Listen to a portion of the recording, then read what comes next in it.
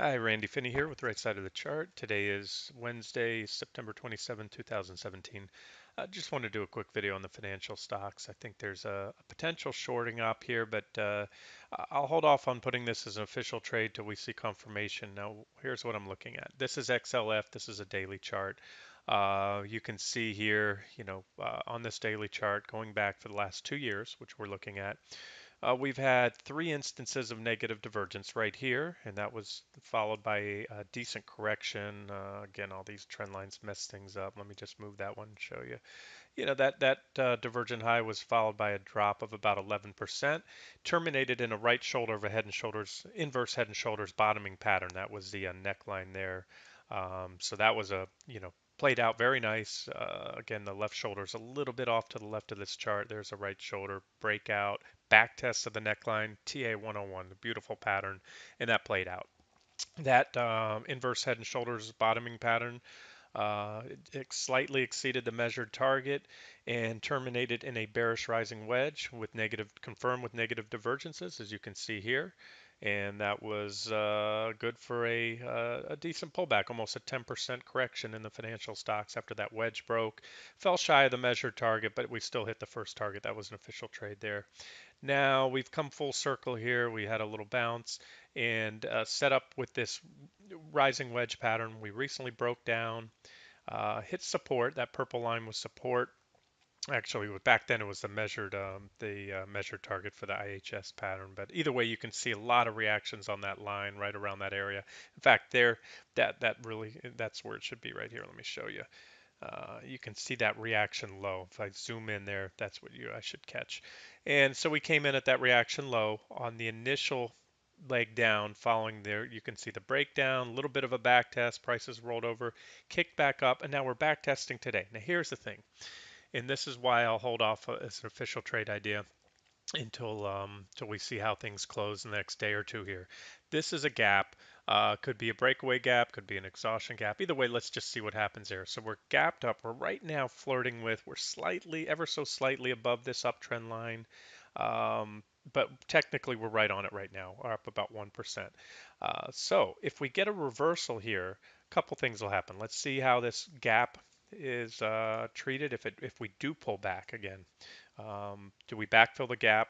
Most gaps are backfilled sooner or later, and healthy price action would be a backfill and then off to the races, especially a close back above this trend line. Now I'm doing this video right after the market opens, so anything can happen today. Now, should we backfill that gap and then some fall below there, then that will be a successful back test of that trend line.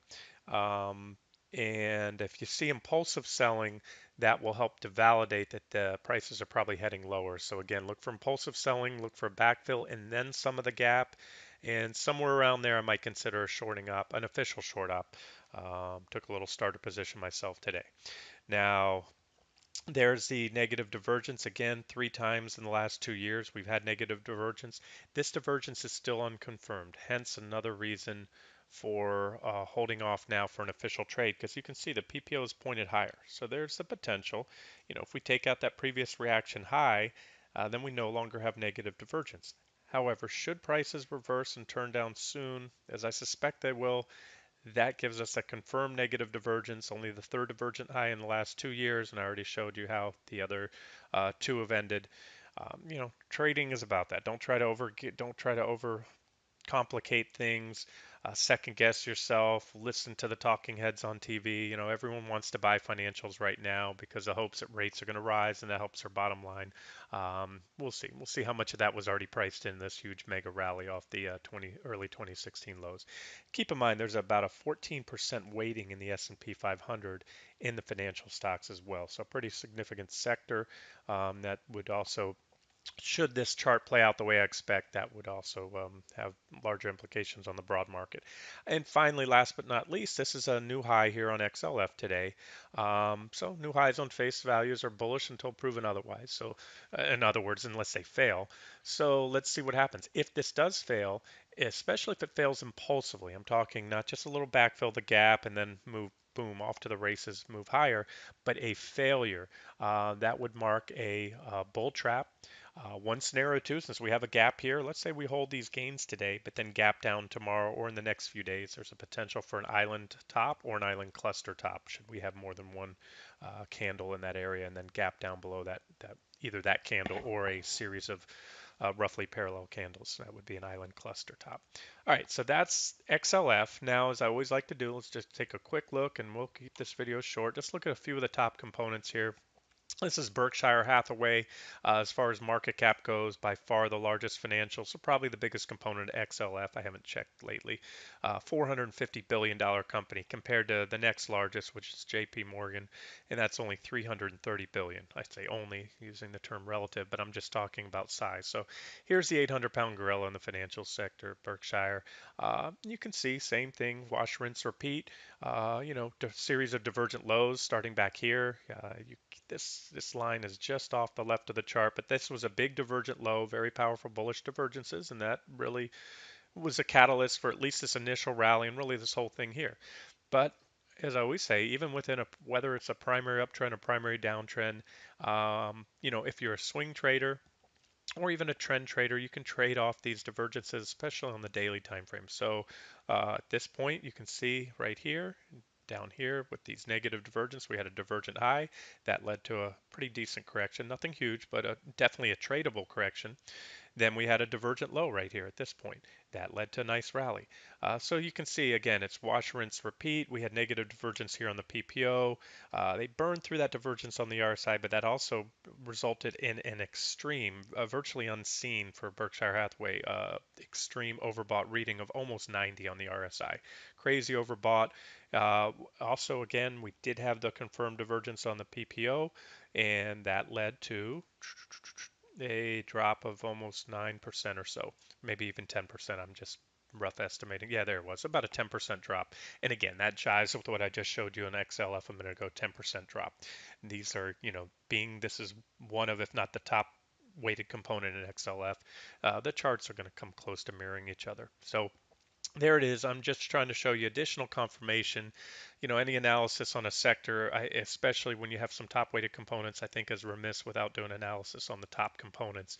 And so there it is. We have a divergent high. Again, this is one, two, three, third divergent high in the last 2 years. And, you know, that's just trading. Can this divergence be burned through? Sure.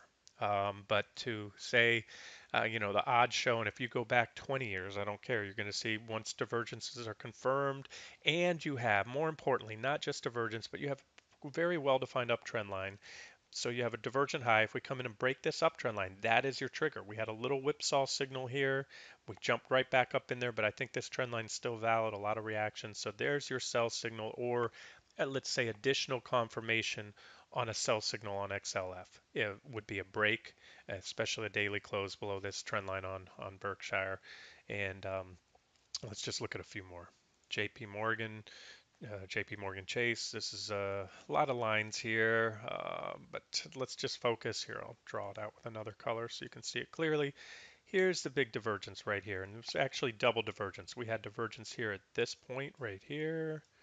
I'll draw a little funky arrow. We had divergence right there, and that divergence played out for a little bit of a correction, but the bigger picture is this is a divergent high right here, this point here, and really this is all one larger divergence, a series of two negative divergences, or what I call consecutive divergence. That's a pretty big divergent high. That indicates more than a shallow pullback. Anything's possible, but if you wanted to know where I think JP Morgan's probably going, even if we push a little higher, again, let's see what happens in the next few days here, because the potential to undo these divergences and everything else. And we really don't have anything close to a sell signal so far, other than just shorting on XLF, a back test of that trend line. I think that's objective because you can then put a stop not too far above. And again, it's about risk reward. So you lose 3%, 2, 3, 4%, whatever you want to give it, to potentially make, let's see what that is, because that would have been my target down there. Get that line out of the way so I can measure. That's about 12%.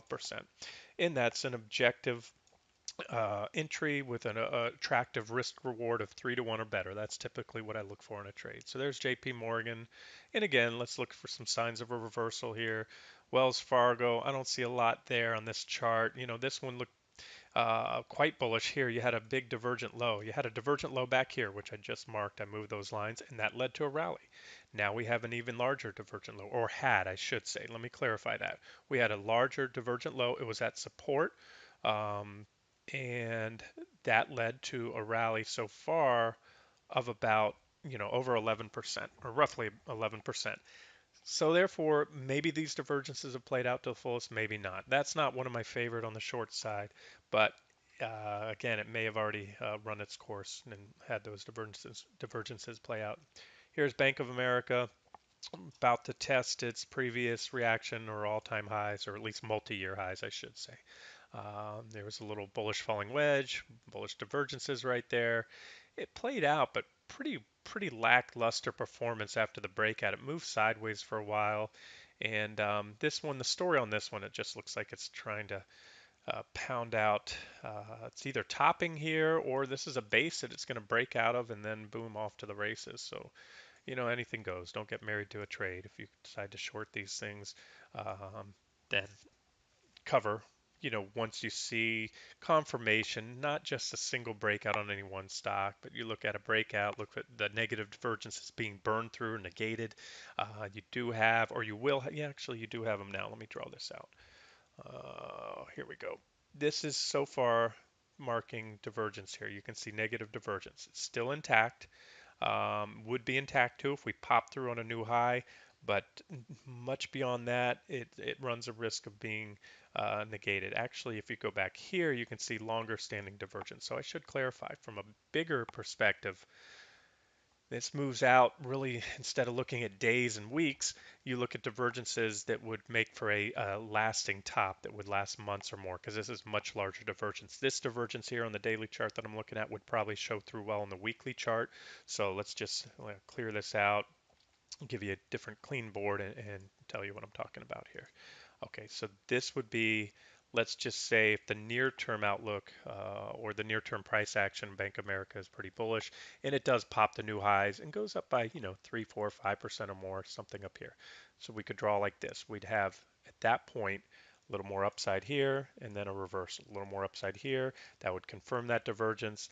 That would also give you a failed breakout should we reverse then and then go on to ultimately break out. I showed you a minute ago that trading range really that we're grinding around in for almost a year now in Bank of America. So that's that. Let's take a look at it on the weekly chart and see if those divergences show through as I suspect. And there they are. You can see them right there. Pretty steep, actually very steep divergences. We haven't seen that in a long time. Last time we saw divergences, anything close to that on Bank of America, was back here. You can see the divergences. They built for a while right here as prices were making equal slightly higher highs. We had a higher high here. Even if you have equal highs with the indicators such as the PPO and the RSI making lower highs, that's negative divergence. So we had negative divergence building up to this point, and then we had the biggest correction in years in Bank of America from there. That was about a 40% drop. These divergences, although they're not as long in duration right here, they're steeper divergences. So again, whether we have another 2, 3, 5, even maybe 10% upside in Bank of America, we are almost assured to have pretty strong negative divergences on the weekly time frame. So bottom line is be careful in chasing a rally on the financials.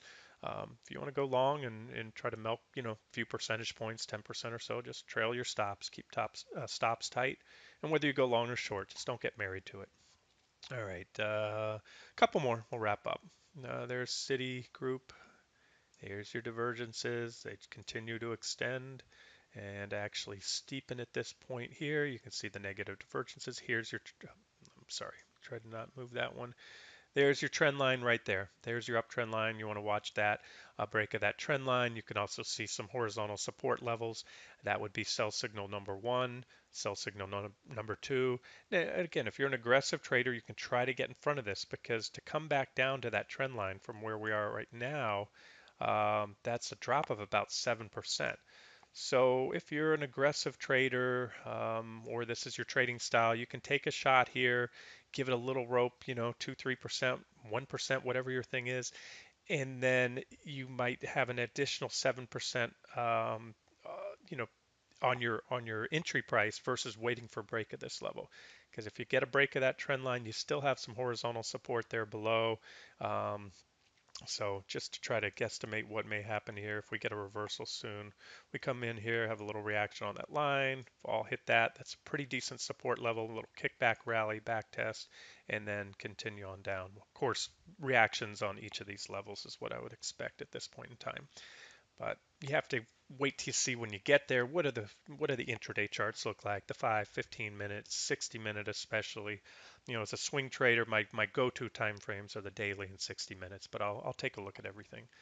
And most importantly, I take a look if trading a sector or even a stock within a sector, I take a look at all the components. I won't just look at XLF, I'll look at these top components in here. So there's USB, Goldman. Goldman's coming up to resistance. You can see here 236 is a pretty decent resistance level with some reactions there. And we'll stop here because I could go down the line. But again, as you go down the line, these are now Goldman's only a $89 billion company, whereas again, Berkshire, where we started out with, was a $450 billion company. So um, give a higher weighting to those top components. That's that. All right, so we'll watch and see what happens in the next few days, and there might be a potential shorting up in the financials. Okay, this has been Randy Finney with Right Side of the Chart. Hope you enjoyed it.